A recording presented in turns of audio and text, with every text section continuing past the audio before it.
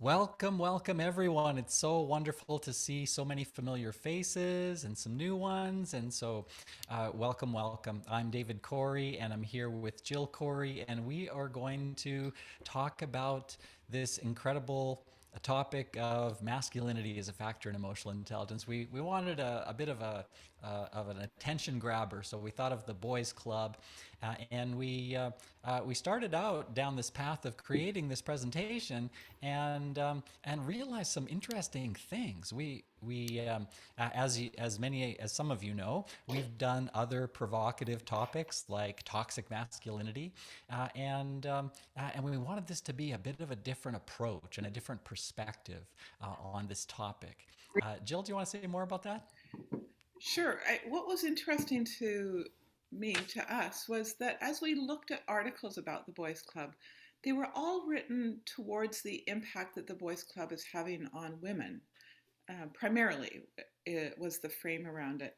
And what we were really interested in, and particularly following the toxic masculinity conversation, was maybe at the ends of the gender socialization scales, toxic masculinity is a problem. But we wanted to look at where the path is forward, to correct for and to enable development in men in particular, but I think in both genders. And so that's what we're going to try to present. But there was less information, less perspective on the impact of the Boys Club on boys and men, and that's really what we're trying to explore today.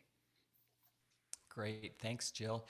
As you know, we are with the Emotional Intelligence Training Company. We are coaches and trainers, and as are many of you, coaches, trainers, people who work with other people. And whether you're familiar with this model that we're going to use or not, we're going to hopefully, provoke some interesting discussion. And we want to hear from you. We want to hear your comments and your questions, and we want you to jump into the chat box. Jane, nice to see you. Nice to have you here, Jane. How to raise men's awareness of the Boys Club? It's an interesting question, Jane. How to raise men's awareness of the Boys Club? Absolutely. Work in a corporation where they think it's not a Boys Club anymore, but they see the evidence of it all the time. Interested in learning how to address it. Thanks, Grace. Andrea, to learn about the Boys Club social framework influences masculinity, if it even does. I work for an operations-based company. Carlene, see a lot of EQI debriefs. So a lot of EQI debriefs are with men, or else it's with the women who work with the men. Matt, collaborating with the author of a book that is Men in Tech Who Support Women Who Are Role Models. Whoops, it just jumped. And I lost the thread. We're building a program, interested in your perspectives, viewpoint from the other end of the lens. Yeah, great, Matt. I'm interested to know more about your program when you're ready to talk about that. Valerie, you've always heard that we raise our girls and we coddle our boys as moms. Interested in how to make a shift to raise good humans. Excellent, Valerie. Thank you for that. Harvey, you've been involved with the Mankind Project. Yes, I've heard of it. Men's organization does deep emotional work with men for many years. Written a book on men's issues some years ago. It's a topic near and dear to me. Thanks, Harvey. Thanks for being here, and thanks everybody for your contributions and your input. Let's jump in and take a look at what we're going to talk about. We thought we'd start off with gender because there's a lot about this. There's a lot to it, and as you know, we're in the age of the not necessarily binary, and so that's interesting to think about as well. Um, and then finally, we want to talk about masculinity we want to talk about how does the boys club affect men, and then we want to talk about masculinity and emotional intelligence. So we're going to get there. Bill, interest how masculinity impacts emotional intelligence. Great, Bill. Thank you. And Would you take a minute to define masculinity in the boys club? We will do exactly that, Bill. Thank you for that question. Let's start here. So the heading is why gender matters still, and it's this is the question is how, certainly in the last wave of feminism since the 60s, that puts us at 60 years ago now, are we still, is gender still a dominant way that we divide the world? We certainly understand intersectionality and that there are many identities and experiences and locations, social locations that people bring to their own identity, but gender is still a predominant sorting feature of the world. And so it's a central social category, and we think in terms of male and female so inherently. And as a friend of mine says, we are all swimming in the waters of patriarchy. So it's very often quite invisible for us that we're even that's the lens that we're wearing.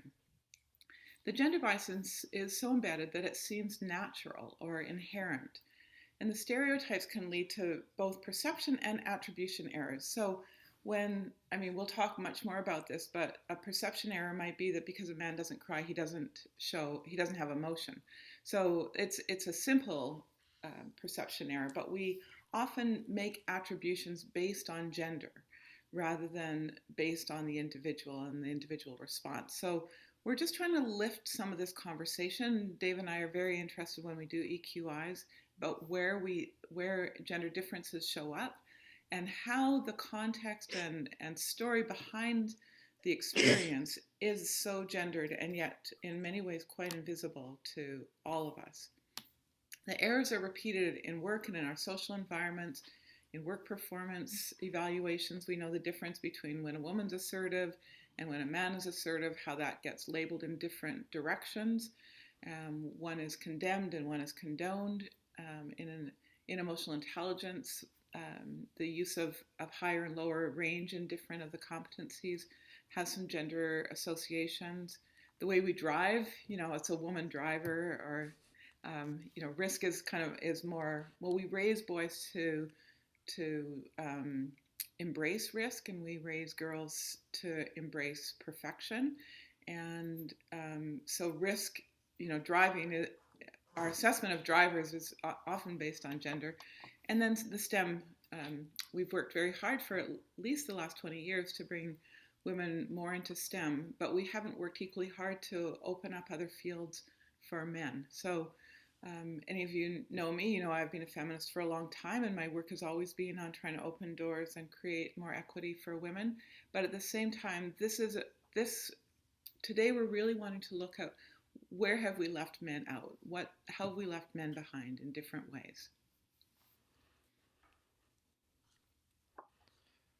Thought we'd do this quick little comparison here, and with some gender beliefs about emotions, kind of the, again, as Jill mentioned, those kind of inherent beliefs that we have about the differences between men and women, and which goes to these social constructs of masculinity and femininity, that we believe that little boys are assertive, they're tough, they're decisive, and they kind of we me being one of them, get raised to believe this is true, that we're supposed to be tough, we're supposed to be decisive, detached, distant, focused on success.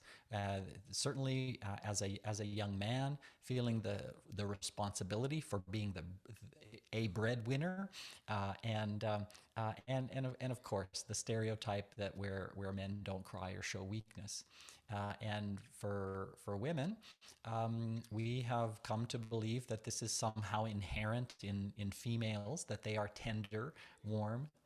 We teach them to be modest, empathetic, socially responsible, collaborative, indecisive. Um, that old trope of it's a woman's prerogative to change her mind, and to be a caregiver, and to be emotional, and as one person wrote, they said that I was emotional and it was not a compliment, and cries easily. I love these photographs of these little kids with their superhero outfits on. They're all over the internet, and they're so cute. But it's also really interesting. We can see that on the left hand side, the girl's superhero outfit is pink, and she's got a heart, and the boy's is blue with a lightning bolt. Um, If you wanted to be a superhero, which do you think would be more effective, a heart or a lightning bolt? So Grace has a comment here. Yeah, too emotional at work. Yeah, yeah. It's hard to get corporations to take emotional intelligence seriously when they think that you're not supposed to be emotional at work. And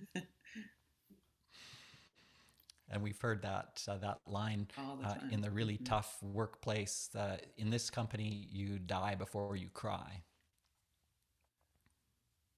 Yeah, I just did a debrief. Dave and I had used that as one of the negative leadership qualities, or one of the beliefs about leaders, that you would die before you cry. And I was just doing a debrief 3 days ago, and the woman said, I work in a culture where you die before you cry.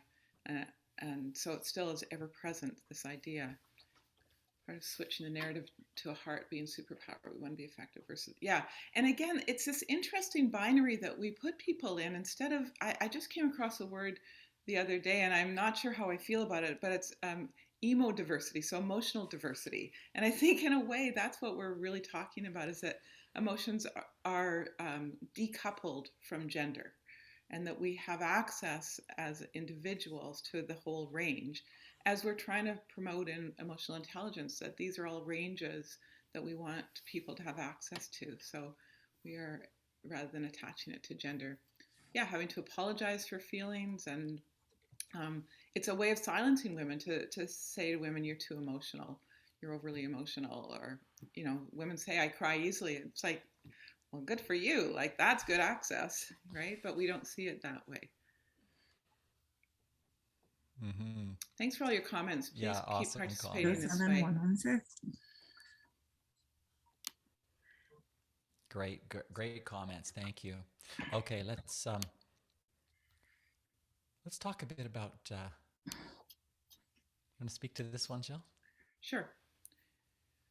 So norms are these invisible rules that we follow and that we both reinforce by everything we do, and like the picture of the young kids with their superhero costumes. When babies are born, we immediately attribute qualities to them that are gendered.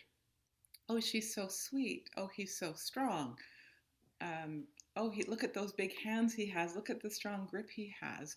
Oh, she's so tiny or so petite. So we start to attribute gender, like gender associated qualities to babies. And they have stopped using blue and pink in the hospitals, but they used to wrap babies blue and pink as a way of beginning to attach identity to individuals. So we have started to separate pronouns, but you can even see people struggle with this idea of shifting from he and she to they and them as a more inclusive. Of course, it's meant to address um, the binary, the gender binary, but it's also meant to dismantle. But at the same time, you also see people, and there might be some here, and it's not meant to be a criticism because it's become a bit of a social norm to self-identify as he, his, her, and as our pronouns. And in a way, rather than breaking down gender, we're reinforcing and reifying it by identifying ourselves with a pronoun, a gendered pronoun. It was meant to be an allyship with folks who didn't identify in the binary, but in some ways it reinforces the binary, which is that's the problem with social change, is that we keep finding new traps for the entrenched social norms that we have set up for ourselves. So we, like everything, reinforces our appearance, our clothing, our behaviors, our voice, our personality traits. The same action can be attributed differently by gender. Um, so we've talked about crying and raising your voice. So anger is an acceptable emotion for men, and it's unacceptable for women. So you get the strong adjective if you're a man, and you get the bitch explanation if you're a woman demonstrating anger. We push boys and girls into different interests, that even like most of the sports, only recently have sports begun to include more women in the infrastructure of sports, but it's still a long way from being an equitable, from pay, from inclusion, from opportunities, etc. So we everywhere we look, we have gender norms that are expressed in all of these, in this list and many others, um, that keep reminding us that gender is central to the way we organize our world. So that begs the question, are there differences? Are So there David, actual it's just differences? it's, Oh, there's Bill? some. No, I'm just looking at some of the chats. Oh, yeah, there's lots of chats. Maybe we should Yeah. just take a look at that first. Bill, why don't you ask your question while Jill's reading the chats, seeing if there's something there Great. we should talk about. Yeah, I'm listening, I'm taking it all in, and I don't know, I'm feeling that, certainly these have been the stereotypes. This is certainly what I grew up with. But, I have daughters in their 30s, and I don't really believe that they or the males of their generation were raised that way. I'm feeling that it doesn't really, those stereotypes don't really fit so much anymore. However, at the same time, having worked mainly with CEOs and VPs, I certainly understand that the boys network is still very much entrenched in place in corporations, right? But I think in sort of day to day, I don't necessarily feel that way. I mean, my daughters were shocked when they had a male principal. They just couldn't understand, how can a male be a principal? It's sort of the reverse, right?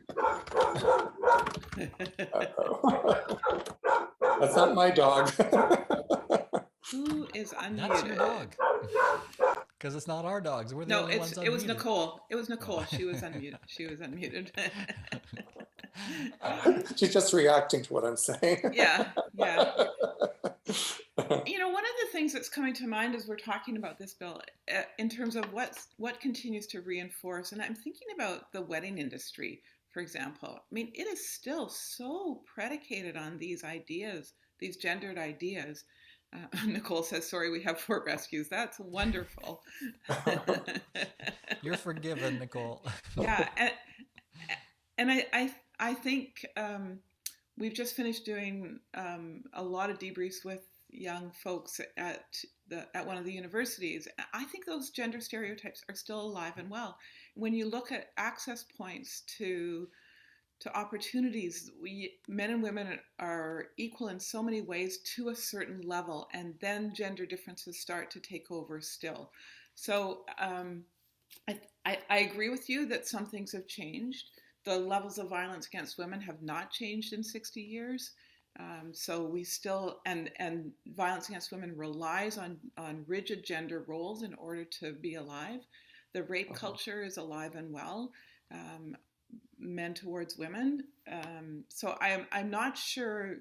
I had a professor once, and I think I've said this before, and she was pretty clear that a case study of one does not make science, and it's true in our world. Our daughter and our son-in-law both, have a lot of equality, but she makes a lot less money than he does, even though in their own relationship they understand equality and equity. So I think we still need to look at the bigger picture in order to feel where we need to make changes. And you're right, there are things that are different today than in the generation that we were raised into. Well, and I just reading that Angie Bill, has... could we hold off on that until a little bit later? Yeah, sure. Let's take a look and see whether there are inherent differences. So, in terms of looking at all the research out there, according to the woman who wrote this book, Pink Brain, Blue Brain, Lise Elliott, she says there's more evidence to support the absence of inherent the absence of inherent gender differences. So, supported by Dr. Lisa Feldman Barrett, who wrote How Emotions Are Made, and interestingly, 6 other incredible books on emotions. And How Emotions Are Made is probably one of her most accessible books. Others are very academic, but she says that there are generally no differences in the emotionality between men and women. That in terms of what we're able to do, and we're going to talk about her philosophy a little bit later. And then we just read this was a pretty good Forbes magazine article where they looked at the research as well and concluded that men are just as emotional as women. And then we want to talk about the different ways that they are emotional. We're getting to that, but then once again, this Lisa Elliott book, Pink Brain, Blue Brain, where she said the brain is a unisex organ. If you had, and she says that if you have 2 brains and that's all you have is just the brains, you can't tell male from female. There's nothing, as she says, sexually dimorphic about them. So nothing that distinguishes one sex from the other. So all of that is very interesting. We want to build on that notion, and this is where we think the differences are. So Dave, jump in here as well. We were trying to lay out sort of the brain processing piece of gender, and so the idea is that we see the same stimulus, the same event, and we have the same brain. It's not a gendered brain. But then the next layer is the filter of socialization, and the socialization determines how we process that event or that stimulus. And we use our socialization lens, and of course, not to oversimplify this, again, intersectionality matters here, that we have many lenses that start to interpret what we see in front of us. But from a gender perspective, we start to interpret what we see, give meaning to what we see, and attach emotion. So both the internal process of attaching interpretation, meaning, and emotion, and the external. So do you want to say more to that, Dave? Yeah, I just want to talk a little bit about Dr. Feldman Barrett's philosophy of emotion. We used to think that we saw a stimulus and we had a response, and as has been widely thought, that response was fairly universal. So, but we also know that different people have different responses to different stimuli. So that's interesting. And what Dr. Feldman Barrett writes about in How Emotions Are Made is that she writes about emotions as constructions. So we actually construct those emotions in us. So we construct our emotional responses based on, once again, our read, our interpretation of those various facts that are in front of us. So what we wanted to say was, okay, so if our brains are basically the same, then where's the difference maker in terms Mm-hmm. of emotional responses to situations and circumstances? And we think that can be explained or understood by understanding gender socialization. Mm-hmm. I had an interesting experience last night. I facilitate a women's support group for women who've experienced abuse, and we're in week 8 of the groups, and this woman was saying how anxious she's feeling, and she even appeared anxious. And so we were asking why, and it's her ex-partner's trying to have more custody and threatening to leave the country and threatening to cut her off financially. And and I said, all of that makes sense to me, but if we weren't going to call it anxiety, and if we were going to look for something that was more accurate, what would you call that? And she said anger, immediately said anger. And I think that's exactly, I mean, of course there's some other layers here. She doesn't want to use the word anger because that anger was what she experienced as part of the abuse. But it is part of that interpretive framework that women ought not to say that they're angry because it's not feminine.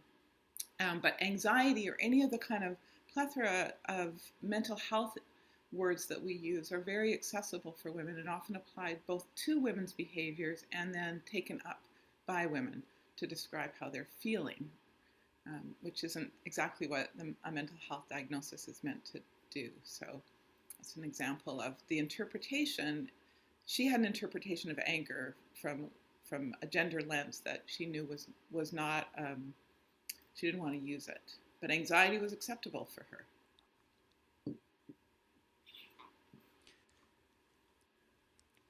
This is from Bell Hooks, who passed away not too long ago, most unfortunately, at a young age. I think she was in her early 70s. And many of you will recognize the name. She's a prolific feminist writer, writes a lot about the patriarchy, wrote a powerful book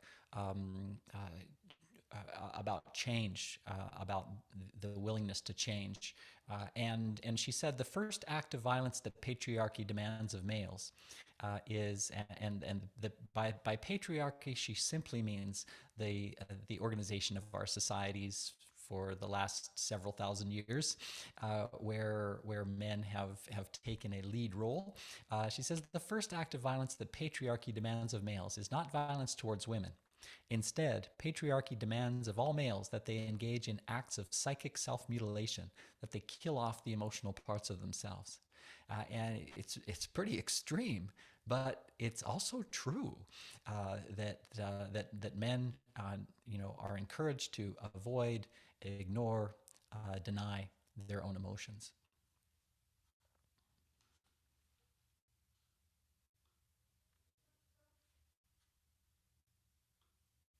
Sorry.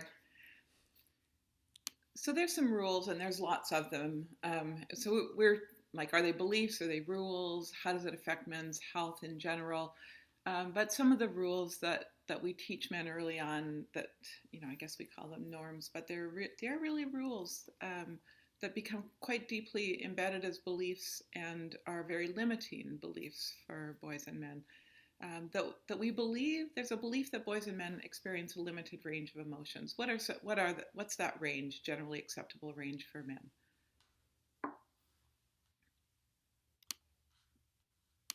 Pride, anger, and all the intensities of anger, from rage to frustration or irritation. Yeah, neutral to anger. Yeah, yeah. Men don't cry because they're not wired that way as a belief. It's like I just can't cry. I'm just not wired that way. We've heard that so often. Infant studies, yeah, exactly. There's lots of early research, and we haven't done a lot of that gender socialization early research. Nancy, I'm appreciating that you're putting it in there. We're trying to sort of just stay with this, like really try to go a little bit deeper on how are we limiting men, but of course we recognize that we have so much gendered research available to us out there. Men don't cry because they're not wired that way. Men who express emotions are weak or incompetent. How does that show up? How do we make sure that men know that? Just look at the photograph on the slide. Yeah, yeah. What are those two leaders often accused of? Right, of weakness, because they're more emotional, they're more human, have more humanity. It is uncomfortable for men to feel emotions. Men don't like to face strong emotions. Men don't want to appear feminine. There is a homophobic rule that men and emotions implies that you may not be straight, which is apparently a very harsh thing to say to a man. And that there's a fear of losing control. It's like there's this idea that men are going to explode if they start to express emotions, that it's so bottled up that they're just going to blow up. And so it's better just to keep it all contained and under control. Other rules that you can think of, other beliefs?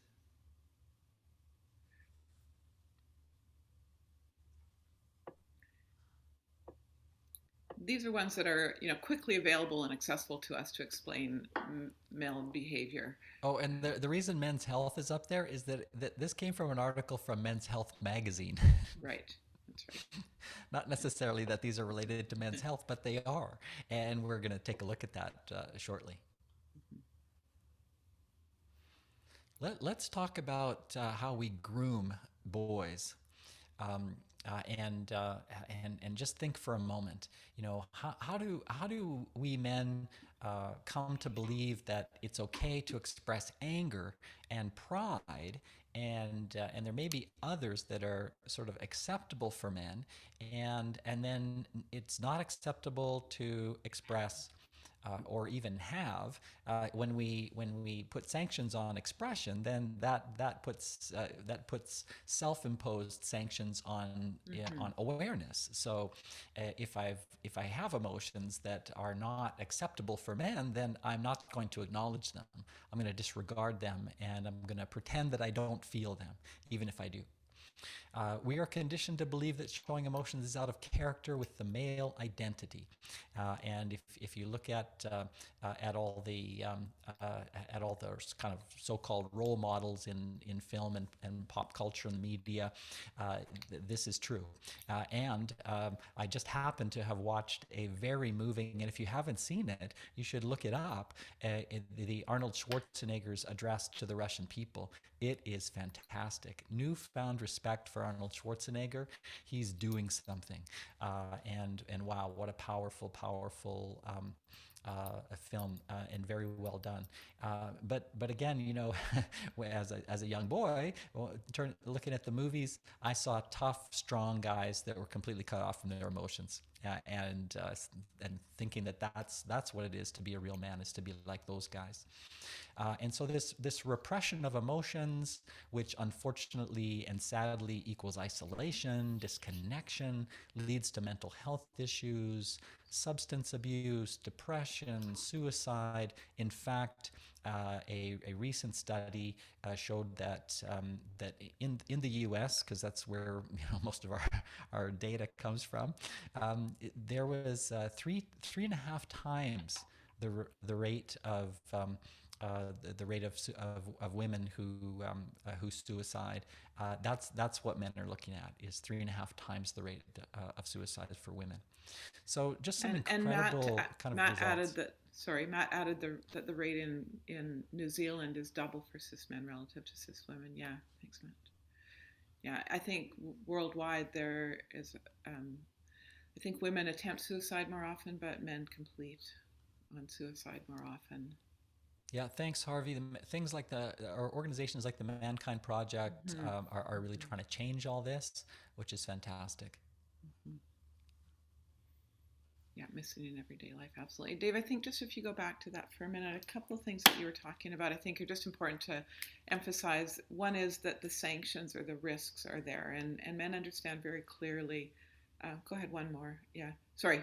That there are sanctions or risks. It's part of bullying culture. Boy against boy or male against male is when boys are not conforming to pretty rigid gender roles. That it's dangerous for men and boys to step outside that role. And I think one thing is more true today than it was before, and that is that girls have more latitude. Girls and women have more latitude to a certain extent to explore beyond the gender norms at a younger age. And then I think it's around grade 6, Nancy, maybe you know this, that different sanctions kind of step in to start to control girls and young women's behavior.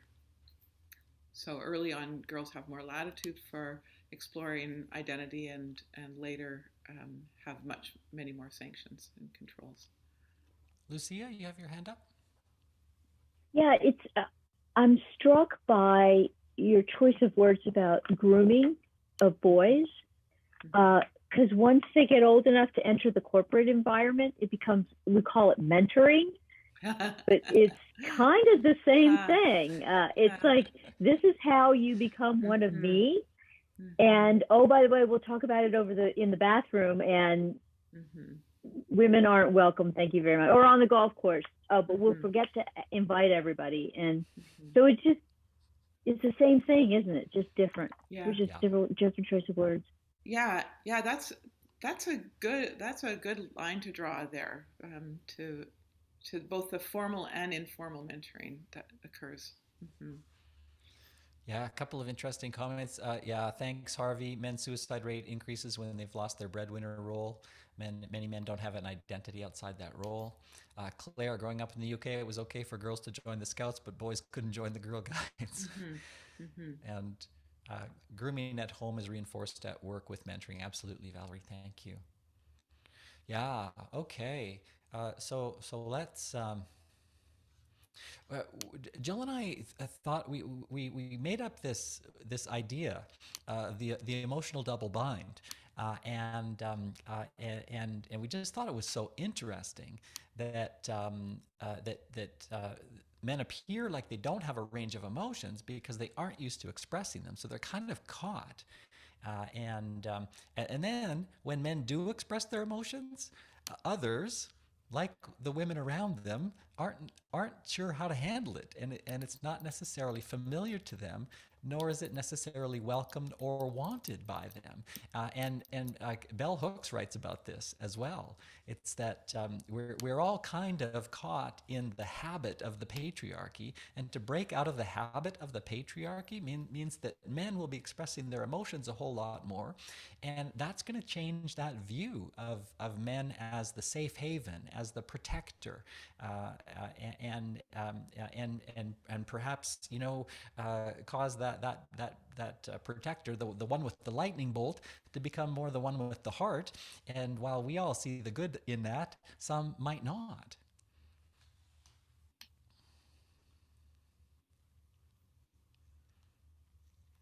We can have a tendency to dismiss men as the feelingless gender versus embracing the idea that we've actually taught men to ignore, deny, and express emotion. Suppress. Did I say express? Yeah. I meant suppress. We've also trained men to convert a feeling, as we have with women as well. As my previous example of the woman saying she felt anxious, but it was actually anger. We also teach men this idea to convert their feelings. So it's like all feelings go through a funnel and land in fear, pride, from fear, sorry, to anger, because fear is not an acceptable gendered feeling. But anger is, or frustration, or again that continuum of on that gradation of experience, emotions about anger.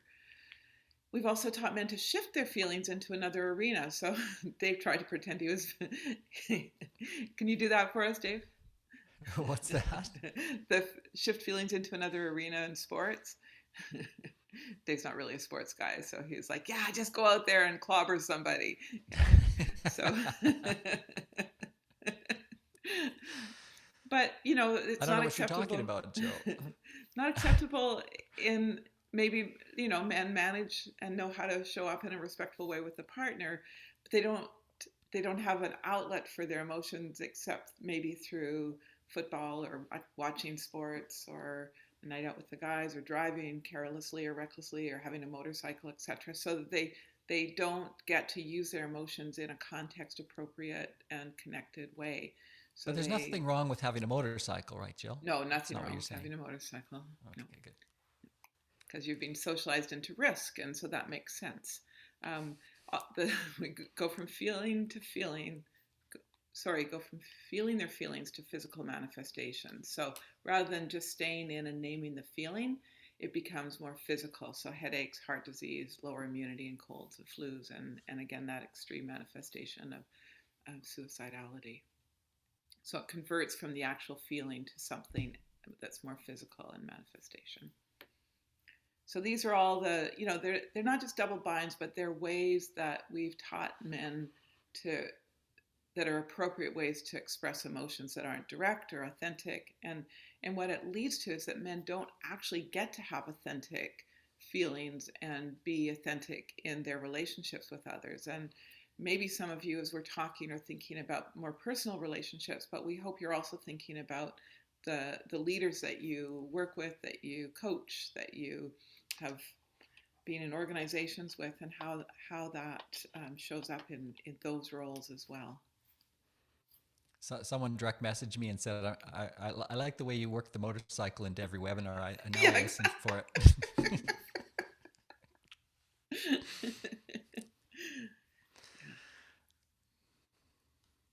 So, what does this all mean for emotional intelligence? So, those of you who are familiar with this model have seen this before. Obviously, those of you who are seeing it for the first time, this is the model which is the basis for the online assessment for emotional intelligence, the one that we base our work on, the one that many people on the call today are familiar with. And it's a model of emotional skills and competencies. And so we wanted to just take a look at and consider, what does this mean for some of these emotional skills and competencies, much of which is learned.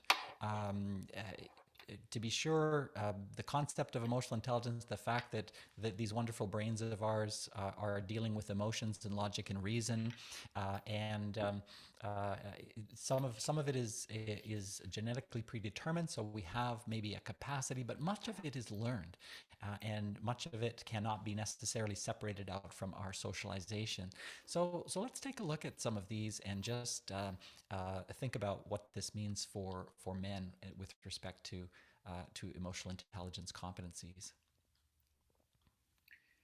So we were thinking of some of the, again, if we're all somewhat familiar with the model, what we're trying to do with each of the competencies in coaching is to increase people's range within each of these 15 skills. And what we also always try to explore is, where is it working and not working at especially if a skill is overused or at the high end of the scale, where are there some potential downsides or risks.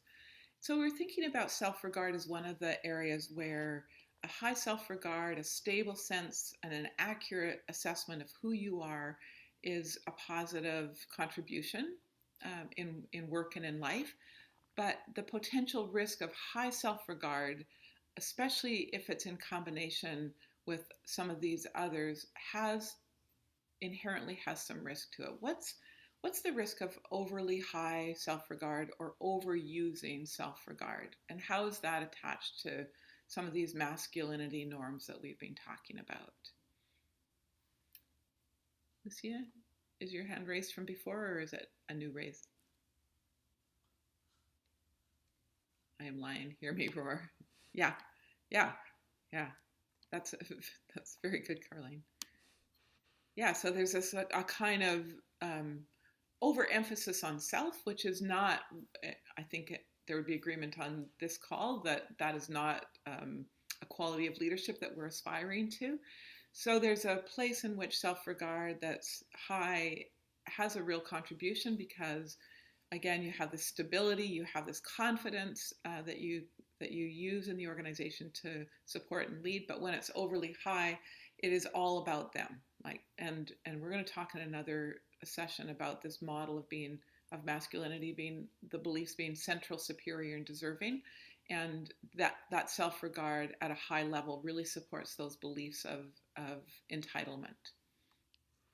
Yeah, so Valerie says, I work in a very male-dominated industry. The overabundance of self-regard shows up as arrogance. Mm-hmm. Exactly. Yeah.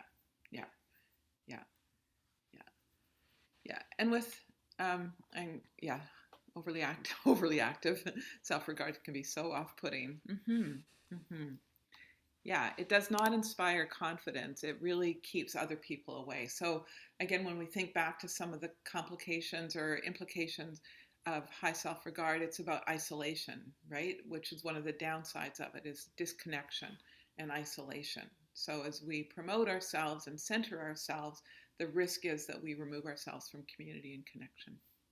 There's also an interesting idea that because men are supposed to have a high self-regard, at least that's the message from society. If you don't feel very good about yourself as a male, it's kind of worse. It's harder on you, and it's almost like it's more acceptable for women to have low self-regard, which of course nobody wants to have low self-regard, and we certainly don't want to encourage it. But society kind of encourages this, and so we have to challenge these notions. We have to challenge these beliefs, and it's hard. Yeah, I really appreciate the point that high self-regard can lead to a lack of awareness, right? Like you don't need to hear anything from anybody. Of course, there's some other things missing, like empathy and reality testing there, but absolutely, it's like you're insulated from others' feedback to you. Hmm. Assertiveness. Want to talk about that, Dave? Sure. Yeah. Yeah. I think that uh, Yeah, again, makes sense. as a man, it's kind of expected that you find your voice and that you use it frequently, and that's assertiveness. And of course, the idea that we promote is to use your assertiveness with empathy. But again, sometimes that can be discouraged by society for men. And it's like, well, it's a business decision, so just do it. Even though it impacts people negatively, you need to just do it, and you need to tell everybody that it's like that George Clooney character in that movie where he went around firing people.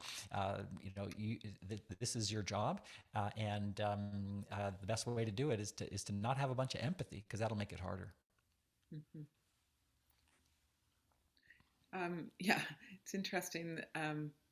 This saying that Carlene posted, a friend of mine has a shirt that says, "It's lonely at the top, but I like the view." And that's exactly it. That's that idea of entitlement, that we actually encourage men to be at the top and alone, that is somehow the feeling of pride that we talked about earlier, is that they got there. And we haven't helped men look at and understand the costs inherent in that climb. Mm-hmm. And of course, independence is easy to see as well. That men are not encouraged to be collaborative. I remember when I was in university and the book Women's Ways of Knowing came out, and I looked and there were 8 authors. I thought, 8 authors? If I wrote a book, I want it to be mine. I want it to be just me. How can you actually write a book with 8 authors? That I remember having this conversation with Jill at the time, and just realizing this very different way that we're socialized in terms of going about things independently. Oh, the other way that this shows up in our household is every man for himself. And that is when Jill goes into the kitchen to get a snack for us while we're watching TV, she makes sure that she brings back a snack for both of us. When I go in to make a snack for both of us, well, when I go into the kitchen for a snack, I just make it for me. It doesn't even cross my mind that she might want one.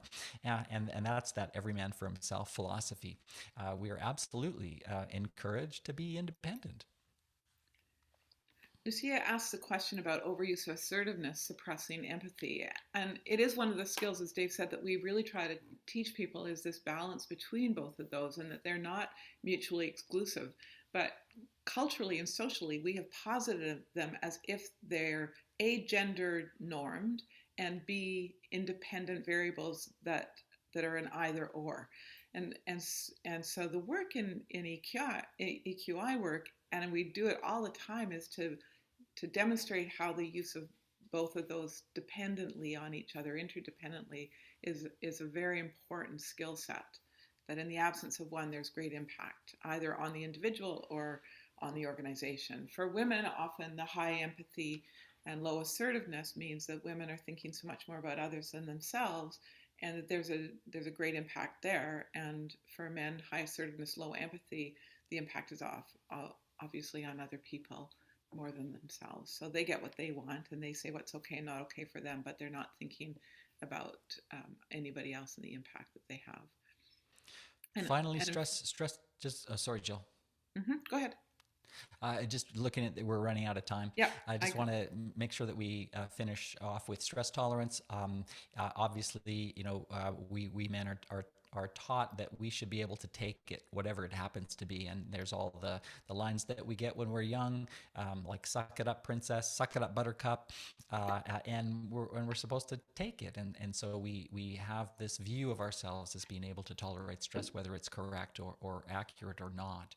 Let's take a look at this next slide, which is what we debated what to call this slide, and it's kind of, if men should pay attention to any of these skills, which ones might they need to perhaps challenge their traditional beliefs around, and then and then look at how they could possibly develop them.